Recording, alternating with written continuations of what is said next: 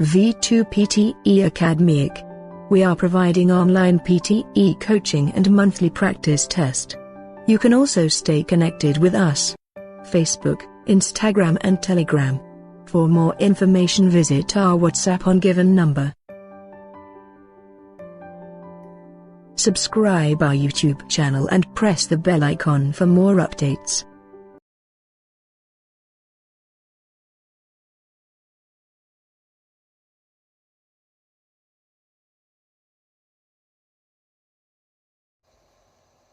So, various conclusions. Yes, bees are in decline. These declines are well documented, they are real, and supported by good, strong scientific evidence, which is the only evidence that counts. The drivers of decline are many and varied depending on the species. The effects of pollinator loss could be absolutely huge. So is it a catastrophe? Not yet. But it could be. On the positive side, we are aware of the problem, awareness is being raised all the time, and people are taking action. That before we fix anything, you will recognise a problem. That at least is being done.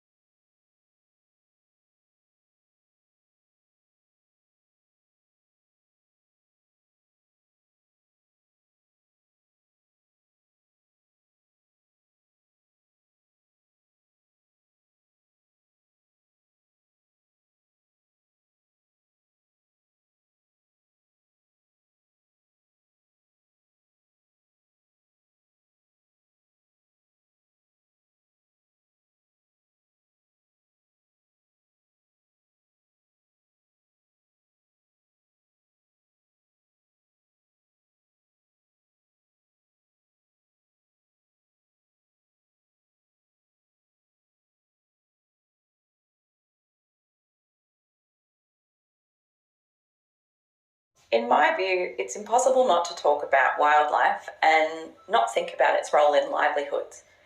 And I guess part of that is my own view, part of the research that I do in Africa, in most East and West Africa.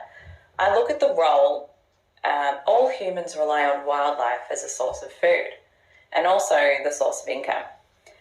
And we talk about our wildlife, if we talk about fish, we are talking about what is probably the single most important source of protein for humans across the globe. And so billions or more than a billion people rely on fish as their primary source of animal protein, and most of these people live in poverty. So the management of wild fish resources, in a sense, is incredibly important to livelihoods and health. And also, wildlife tourism is a multi-billion-dollar industry. And in many places, such as Africa and South America, it can be the number one source of income. It can be the number one source of foreign income for economies.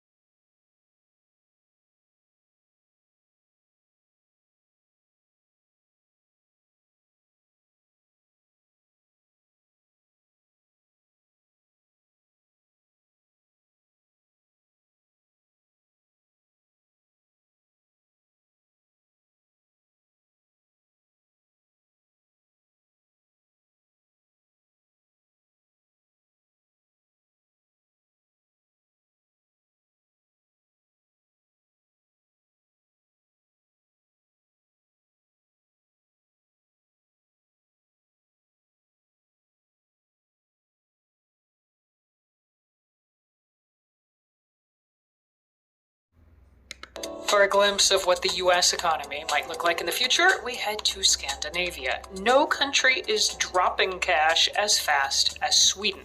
Just 13% of people there reported using cash to buy something last year. But as Maddie Savage reports from Stockholm, some Swedes are concerned that things have changed too quickly. Next to the cinnamon buns and open sandwiches at this restaurant, there's a large blue sign with the English word cash crossed out. Notes and coins stopped being accepted here a year ago after staff noticed most people were hardly using them. It was super rich. I'd say 5%, something like that, in the restaurant was using cash. That's General Manager Christopher Lerb, who's been keeping an eye on how customers have responded. There's hardly been any reaction. Almost everybody has their alternative payment method, their credit card. And it's good for both the guests and for us. He says scrapping cash saves time at the till and helps protect against theft.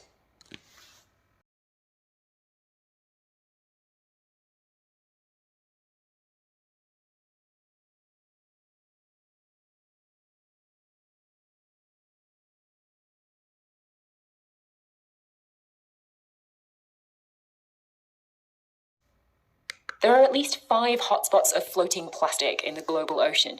These are gyres where circulating currents trap debris. This one, the so-called Great Pacific Garbage Patch, is the largest, with almost 80,000 tonnes distributed over 600,000 square miles. The scientists teamed up with a charity that collects old fishing gear and other litter from the ocean and gathered hundreds of plastic items to study in the lab. They found plants and animals, including anemones, tiny marine bugs, mollusks, and crabs, on 90% of the debris they examined. As well as creating a semi-permanent floating habitat for coastal species in the open ocean, the researchers say all this plastic could be providing invasive species with rafts that allow them to cross the Pacific. This, they say, is yet another unintended consequence of plastic pollution for the ocean.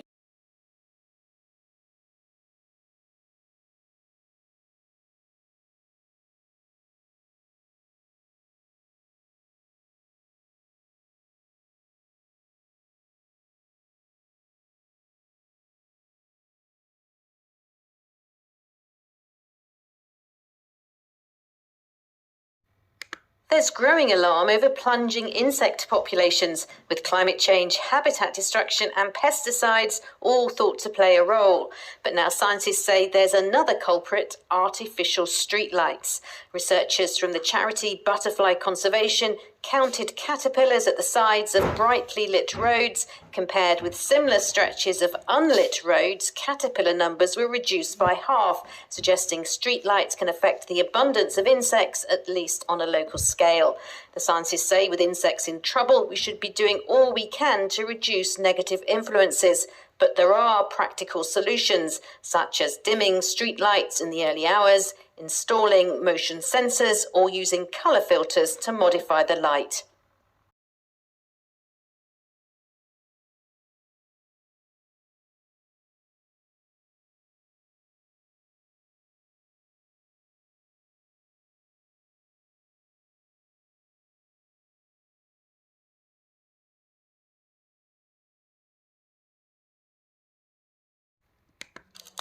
First, there was the keyboard, then the touchscreen. Some tech companies say a wearable pair of glasses could be the next leap in technology, even if it didn't work out for Google Glass. In the future, we won't be only limited to our smartphones when it comes to understanding the world around us. So this is our early investment in that future. The US-based company Snap's investment is this: the Spectacles 3 sunglasses. This third version is smarter than the previous ones. It has 2 cameras. The corner of the glasses lights up when recording video and allows the wearer to put 3D objects in the video. Here are some flowers. There's a bird, which is really cool. Users can capture up to a minute of video.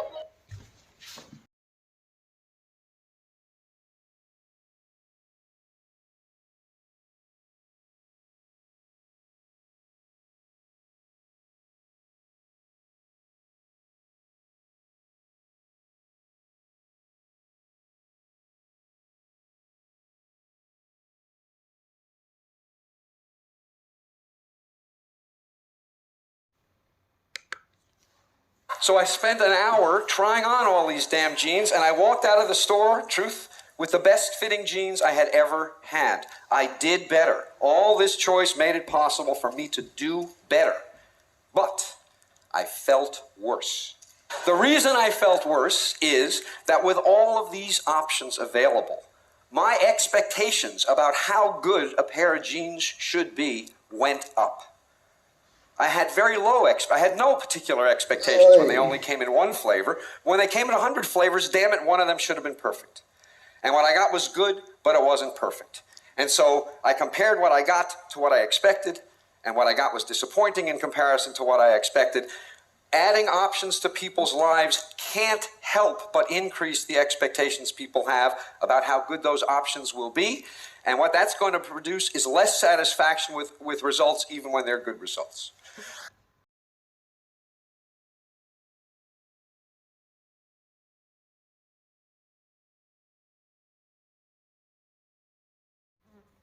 Research suggests that some are more susceptible than others, especially those who are self-conscious, anxious, and afraid of being judged negatively by others. So how can we avoid choking when it really counts? First, it helps to practice under stressful conditions. In a study on expert dart players, researchers found that those who hadn't practiced under stress performed worse when anxious, compared to those who had become accustomed to pressure. Secondly, many performers extol the virtues of a pre-performance routine, whether it's taking a few deep breaths, repeating a cue word, or doing a rhythmic sequence of movements. Studies on golfing, bowling, and water polo find that short rituals can lead to more consistent and accurate performance under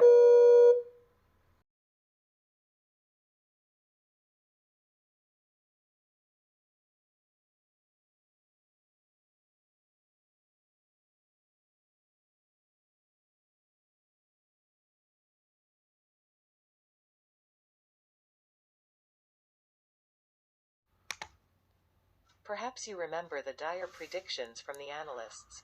The fall-off in housing threatened to drag down the entire economy. High energy prices put the kibosh on consumer spending. Runaway inflation was poised to take off. David Wiss is an economist at Standard & Poor's. He says in the end none of those things happened in the final 3 months of last year.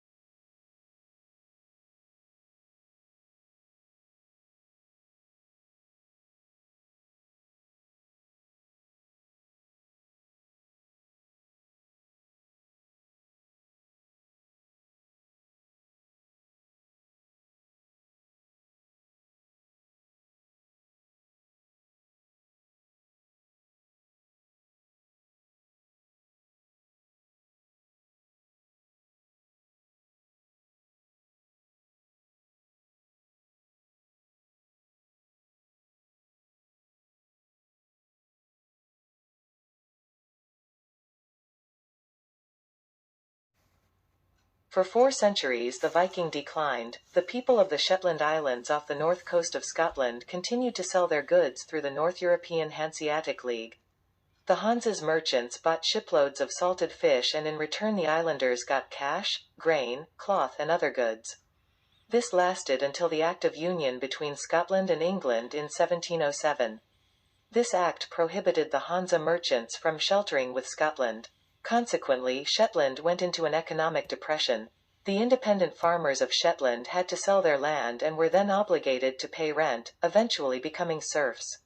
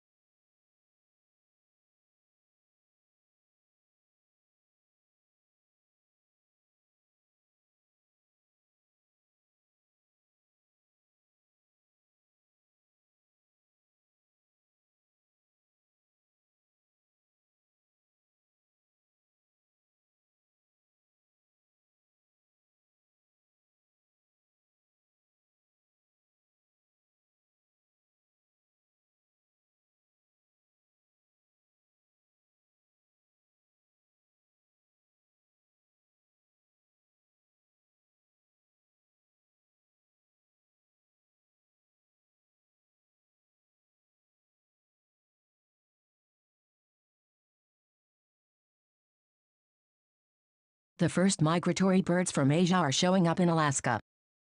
It's an annual event, but this time the stakes are higher for human beings. The federal government is spending millions of dollars to see if those birds are carrying H5N1, the deadly strain of avian influenza. In Alaska alone, the goal is to test on screen more than 15,000 birds this summer in full. Surveillance effort is still somewhat of a work in progress. Elizabeth Arnold describes it in this National Geographic radio expedition.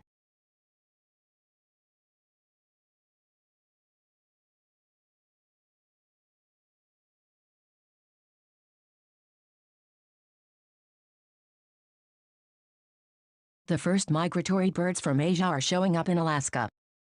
It's an annual event, but this time the stakes are higher for human beings. The federal government is spending millions of dollars to see if those birds are carrying H5N1, the deadly strain of avian influenza. In Alaska alone, the goal is to test on screen more than 15,000 birds this summer in full. Surveillance effort is still somewhat of a work in progress. Elizabeth Arnold describes it in this National Geographic radio expedition.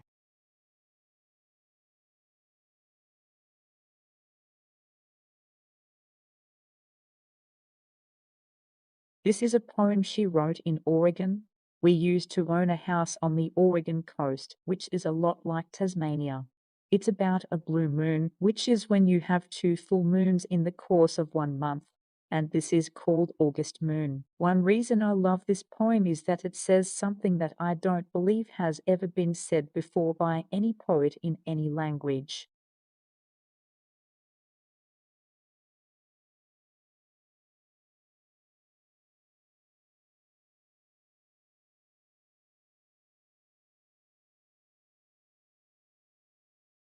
This is a poem she wrote in Oregon.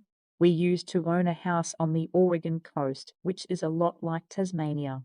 It's about a blue moon, which is when you have 2 full moons in the course of 1 month, and this is called August moon. One reason I love this poem is that it says something that I don't believe has ever been said before by any poet in any language.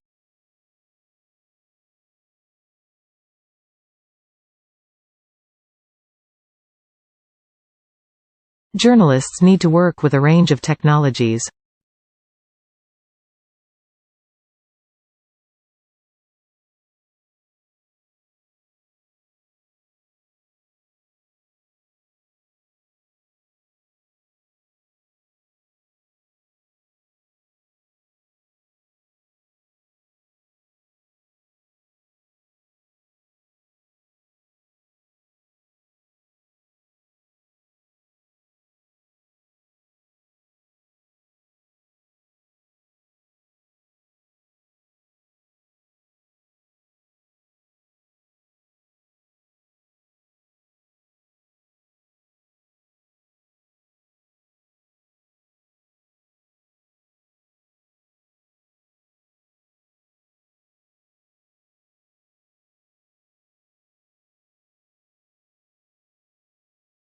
In computer degree, there is a new module in artificial intelligence.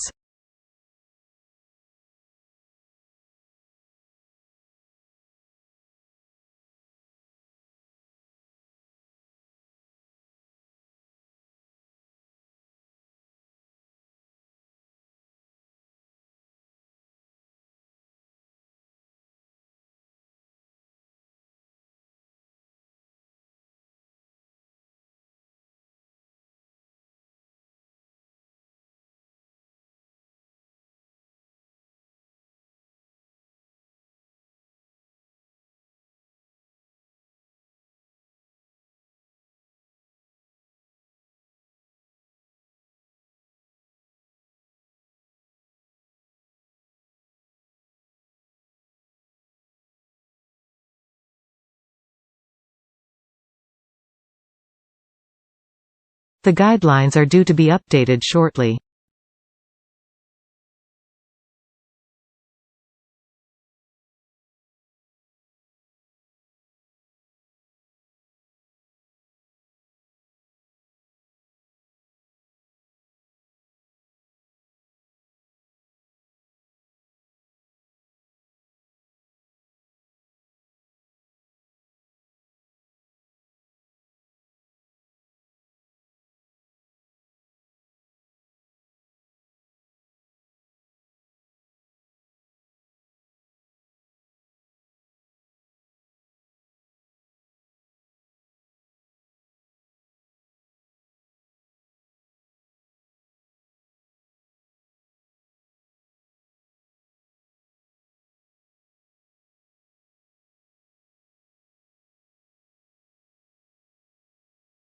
The Student Service Center is located on the main campus behind the library.